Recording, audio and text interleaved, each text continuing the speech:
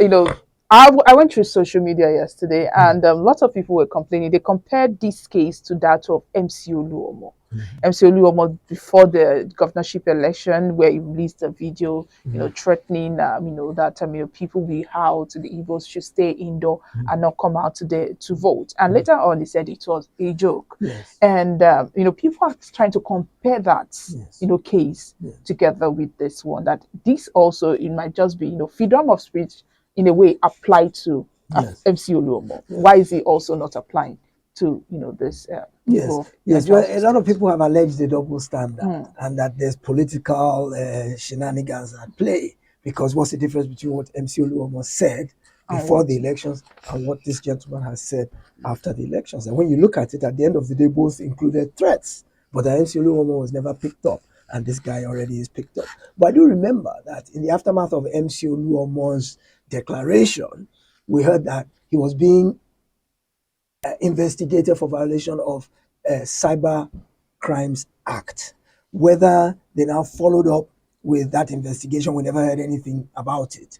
Probably, maybe, who knows, because he took it back afterwards and said, oh, I was just joking, I didn't mean it. But I did read that he was being investigated under the Cyber Crimes Act in the aftermath of that statement. But yes, on the face of it, it looks like a double standard. Why would one person be arrested and investigated while another person is not?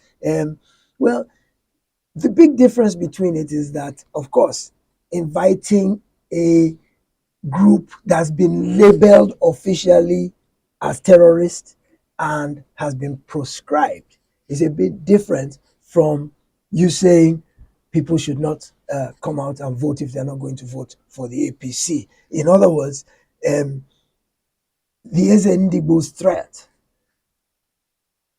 points directly to a physical entity you can see that the law has already labeled. MC Oluomo's threat seemed to be more general, not excusing that it was acceptable. It was not acceptable. So, without a doubt, the same way that this gentleman is being investigated, I'm hoping that the statement that MC Oluomo would also be investigated was true. Perhaps he was investigated and maybe they didn't find anything credible to hold him on, especially after he had walked back the threat to say he was only joking.